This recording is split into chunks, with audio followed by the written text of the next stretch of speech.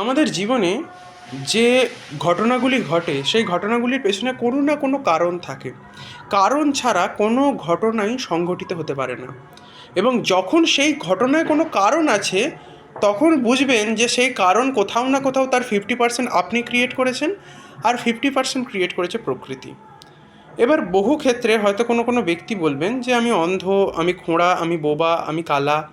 তো আমরা যে এই অবস্থায় আছি সেটা কি আমরা ক্রিয়েট করেছি 50%? আমি বলবো কিছু পূর্বজন্মের কৃতকর্ম থাকে। পূর্বজন্মের কৃতকর্ম বলে বিষয়টিকে অগ্রাহ্য করলে চলবে না।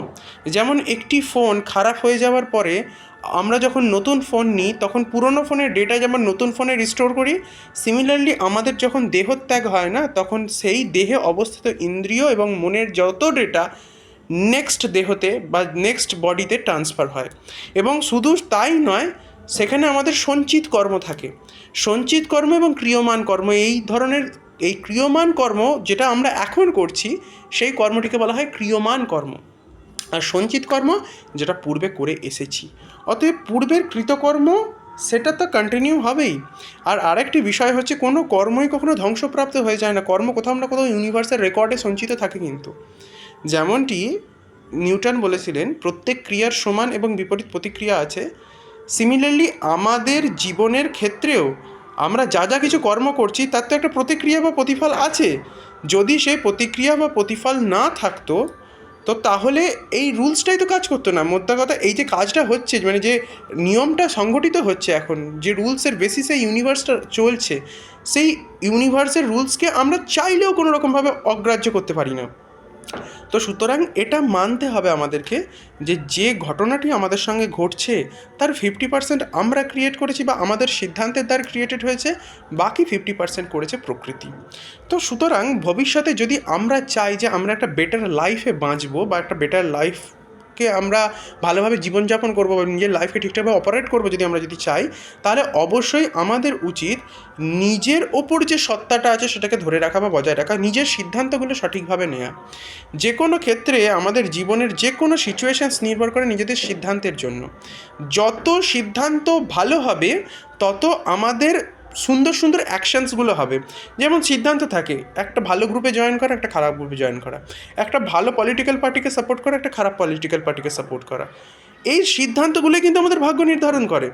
যেমন কোনো মানুষ যদি এটা সিদ্ধান্ত নেয় যে আমি কিছু ভালো লোকের সঙ্গে মিশবো, তো কেউ যদি ভালো লোকের সঙ্গে মেশে সে অবশ্যই কোনো ধরনের নেশার সঙ্গে সংযোগিতা হবে না, সে কোনো ধরনের খারাপ খারাপ স্টেপ নেবে না, কোনো কুকর্ম তার দ্বারা হবে না, যার ফলে কী হবে, তার ভালো চিন্তার জন্য তার সুখ অনুভূত হবে, তার আনন্দ আসবে, তার ভেতরে প্রেম আসবে, ফলে সে সুখ পাবে এবং তার সঙ্গে সঙ্গে ভালো গ্রুপের সঙ্গে জয়েন করবার ফলে একটা গুড হ্যাবিট তৈরি হবে। সেই গুড হ্যাবিটটা কোথাও না কোথাও সেই মানুষটাকে আরও উচ্চে তুলবে, আরও জীবনযাত্রার মানকে সুন্দর করবে। তো সুতরাং আমাদের অবশ্যই এই সিদ্ধান্তগুলোকে বেছে নিতে হবে এবং জীবনের যে ঘটনাগুলি ঘটছে তার কারণগুলি, সেই সুনির্দিষ্ট কারণগুলিকে সুন্দরভাবে উপলব্ধি করতে হবে বা বিশ্লেষণও করতে হবে। কোথাও যদি বিশ্লেষণ করেন তো তবেই তো সেটা উপলব্ধিতে আসে যে কেন ঘটনাটি ঘটছে। তো এই বিষয়গুলি যদি আপনারা মনে রাখেন এবং সিদ্ধান্ত ঠিকঠাকভাবে নেন, বিচার করে নেন এবং যে কোনো কর্ম করবার আগে যদি কারণকে অবজার্ভ করেন, তাহলে অবশ্যই সেই কর্মের একটা মোটিভেশনস তৈরি হয়ে যায়। আমরা বহু ক্ষেত্রে দেখেছি, বহু বাচ্চারা বলে যে আমরা পড়তে চাই, পড়তে পারি না, কনসেন্ট্রেশন করতে চাই, করতে পারি না, অমুক কাজগুলো করতে চাই, করতে পারি না। এগুলোর পেছনে কারণটাই কি জানেন? এগুলোর পেছনে কারণটাই হচ্ছে সে কর্মের কারণ ক্লিয়ার নেই। কর্মের রিজনস যদি ক্লিয়ার থাকে সব কিছু অটোমেটিক্যালি ক্লিয়ার হয়ে যায়। তখন মোটিভেশনস এসে যায়, তখন ভেতর থেকে একটা ইন্সপিরেশনস আসে যে না, ওই কারণটার জন্য আমি কর্মটা করছি। কারণ বানান, সেই কারণ যত হাই হবে ইন্সপিরেশনস তত বেটার আসবে। এবং সিদ্ধান্ত নেওয়ার ক্ষেত্রে গুড অ্যান্ড ব্যাড জায়গাগুলো দেখুন। যদি গুড অ্যান্ড ব্যাড এই জিনিসটা ব্রেনের মধ্যে ক্লিয়ার হয়ে যায়, বিবেকটা যদি একবার উদিত হয়ে যায়, তাহলে আপনি কখনো পথভ্রষ্ট হবেন না। একে বলে সিদ্ধান্তের শক্তি, একে বলে কারণ তৈরি করবার মতো যোগ্যতা।